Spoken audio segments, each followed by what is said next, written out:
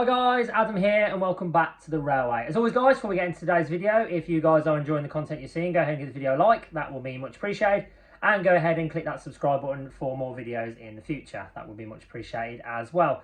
Today ladies and gentlemen, I'm going to be looking at a steam locomotive from Dapol.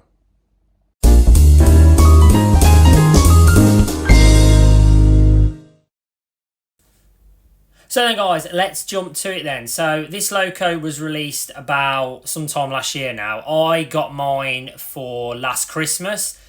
So we're going to be talking and looking today at this bad boy. So this is the Dapol 00 gauge Great Western Mogul 260. You can get this again, various liveries. So mine is in BR green late crest. You can also get early crest, and of course you can get it in Great Western livery. I believe you can get it in the GWR with the GWR numbers, letters on the side, and Great Western writing as well. So I wanted to get one of these for a while. I had the Bachmann one, which is the really old model. In fact, it was that old, there was no cab detail in it. I think you had the brake lever, and that was literally it. And to be fair, it wasn't a bad model, it ran well, but when I saw this in a picture, I literally was like, nah, I have to get this one, it's too good. And I actually we went on holiday last summer, and we went down to Dorset last summer, and we came back up and stopped at Didcot on the way up. And I went into their shop, and they had it in the shop, and it looked that good in the shop. I was like, I've got to get that at some point. And thankfully, Katie got it for me for Christmas from Rails of Sheffield. So I was thrilled to get it. Fantastic model. We'll have a look at it in detail in a minute. But yeah, it's price-wise, I think, if I'm talking now, it's probably around the DCC ready one, I think is about 160, something like that? I'll put a picture on the screen. Future Adam will edit that. But if you want the one with the sound and stuff like that, I think you're probably paying closer to maybe 250, maybe even 300 quid. For a brand new one, it probably is. But as I say, mine was pre-owned. I think I paid about 140 for mine. I say I paid 140. Katie paid 140 for mine. So without further ado, let's go and look at it in the box, and then we'll look at the loco in detail. But before we look into the box, guys, here is a brief history, as always, you know me, on the Great Western Railway 43x Mogul. The Great Western Railway 4300 class was a 260 steam locomotive designed by George Jackson Churchward. They were mostly used for mixed traffic duties, with 342 of the class being built between the years of 1911 and 1932. These were better named as Moguls, and all 342 of the class were built at the Swindon Works. In 1906, Churchward fitted a more powerful standard 4 boiler to his then successful 3100 classes. These helped create the 3150 class, and these proved to be quite successful, but unfortunately their 65-ton weight and 2,000 gallon meant that they only tended to be available for suburban passenger traffic. Churchward needed something more stronger to be able to pull mixed traffic duties, and therefore in the years of 1911 began work on the Great Western Mogul class. The 4300 Moguls were the maids of all work on the Great Western network and later of the Western region of the British Railways. Employing a standard number 4 boiler and the support struts similar to those fitted to the 280 classes, the class very quickly earned an excellent reputation in its ability to handle most types of traffic, from local stopping goods to mainline expresses. Although the class continued to be very useful and the final batch was still relatively new, 100 of the class early examples were withdrawn between 1936 and 1939, and the wheels in motion of 80 were used for the Grange class and 20 for the Manor class engines. It was intended to replace the whole class in this way, but the advent of the Second World War in 1939 brought a temporary halt to withdrawals, and the programme was never revived. Further withdrawals resumed in 1948 under British Railway ownership, with the last 6 examples surviving until 1964. Unfortunately, to this day, out of the entire class, only 2 locomotives still remain in preservation. One is currently at the Didcot Railway Centre, while the other is at the Severn Valley Railway. So then, ladies and gentlemen, here we have the 00 gauge Dapol box that the Great Western Mogul comes in. So the good thing with Dapol is the boxes with these, I think, are very, very good. Like, they're very compact, Very sturdy. You're not going to get much damage, particularly if you buy one or if you did pre-order one. I doubt there was meant much damage in this. I didn't hear much about it, so shout out to Dapol for that. Same with most of the boxes that they do, really. They're all pretty good. So without further ado, let's get this box out. Why is it? I need to get a camera tonight. I can't keep holding it like this. It's making it 10 times harder. Sorry guys, I'll have to do this. Right.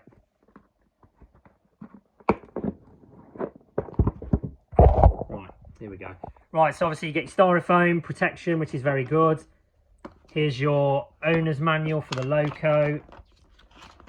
Obviously, I'll flip through the pages. As I say, guys, if you want to look at this at any point, you can pause the video, not a problem at all. Very, very simple as well. Obviously, that's all the DCC stuff. You can go ahead and check that out. That's much appreciated. Very simply modeled. I do know about this one, actually, that the DCC chip is very, very simple. If you look at it there, literally all you do, take the smoke box off, slide the chip in there.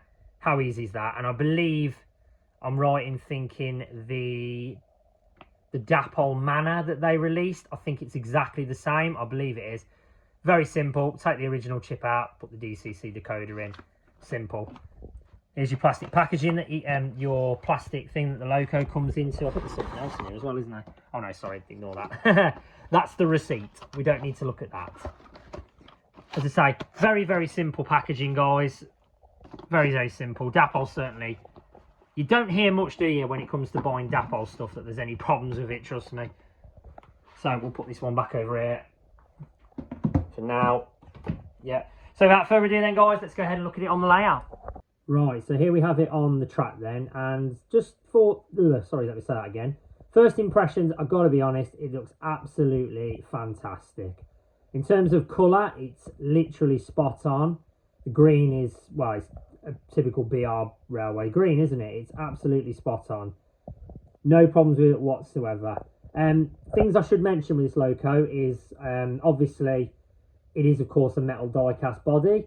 So, obviously, it's going to weigh a fair bit, but obviously, if you're going to, for what you're paying, you would expect that to be the case, to be fair. So, absolutely fantastic that it's a metal body. I think, to be fair, with most modern day locos that you tend to buy now, particularly ones that are well advertised, they tend to do the metal bodies. Obviously, I've got a few in here that are metal bodies. In particular, my turbo motive, of course, is a metal body.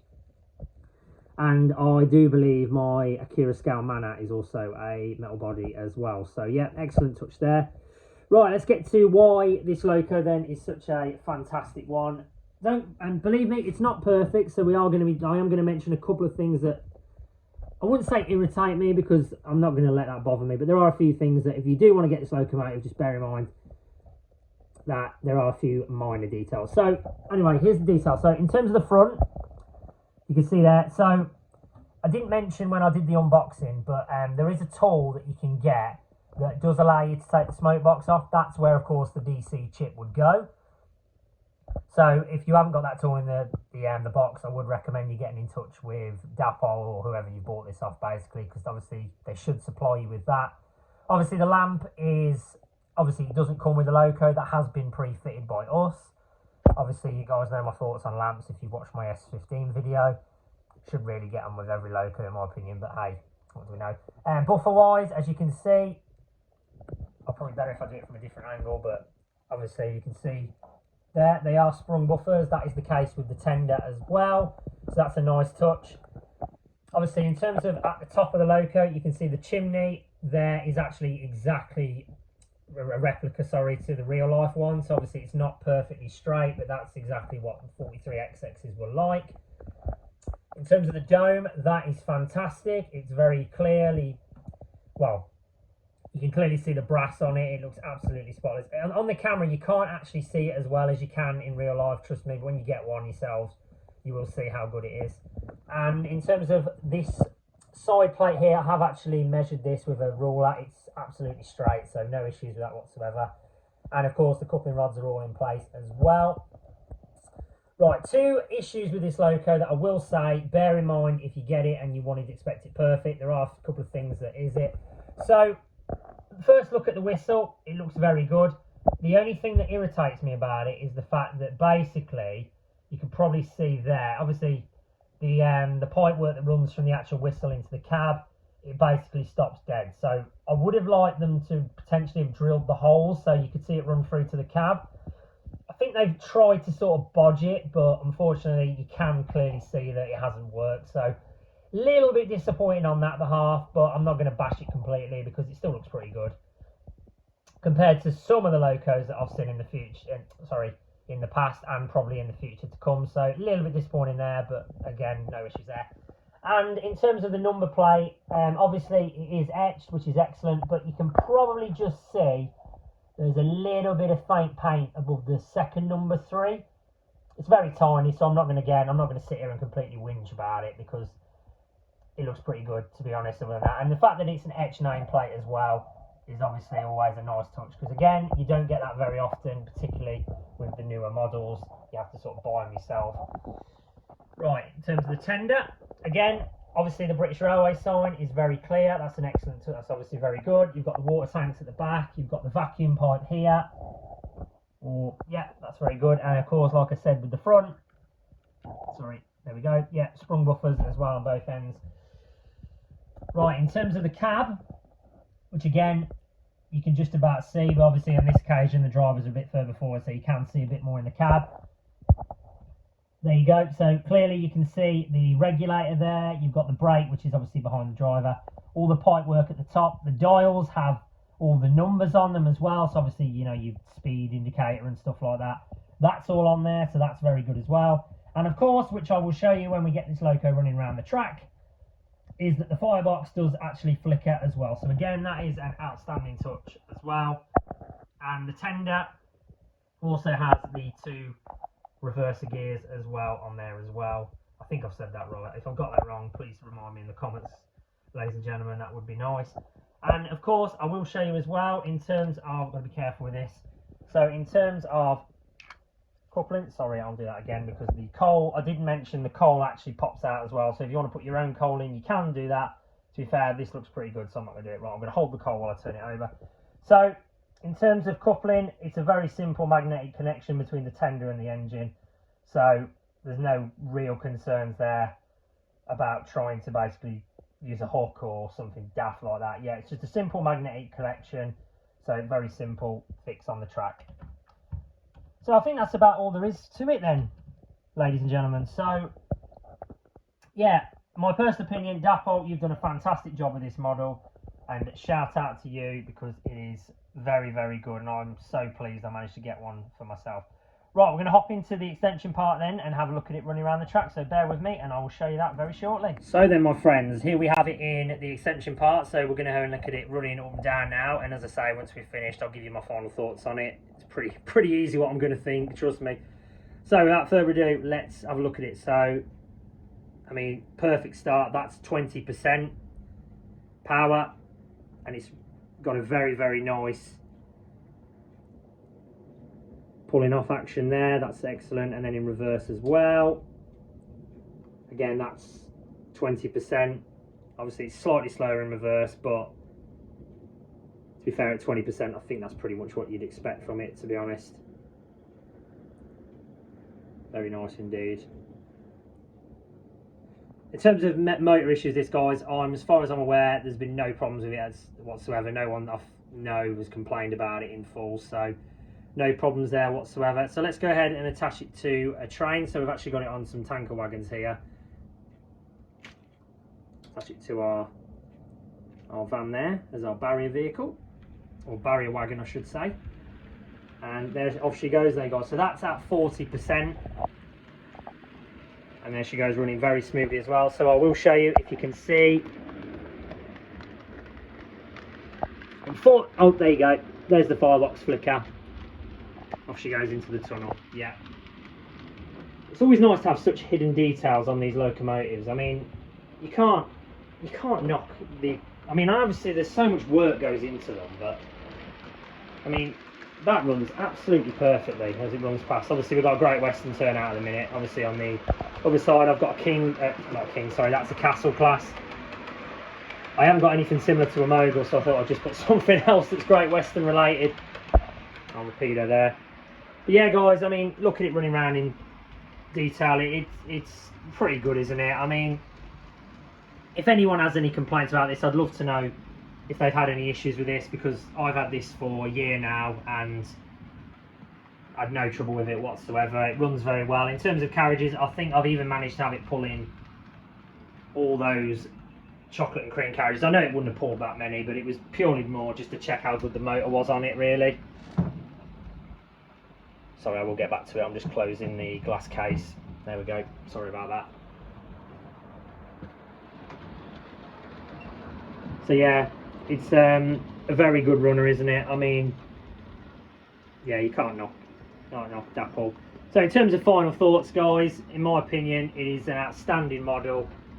And if you guys want to get one of these, I would recommend it absolutely, because it is, as I say, absolutely fantastic. So I'll leave a link in the description to Rails of Sheffield, or whoever I can find on Google who has still got one of these, because they're quite hard to get hold of, unless of course you buy one off eBay. Then tends to be where everyone seems to have one.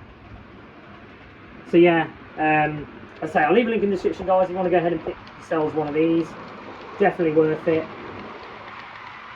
because I certainly enjoyed mine, and I'm sure you guys will certainly enjoy yours as well. So as always, guys, I'll leave the video there. Thank you so much for giving this video a watch. It's probably not as long as one as my S15. It's only a short video today.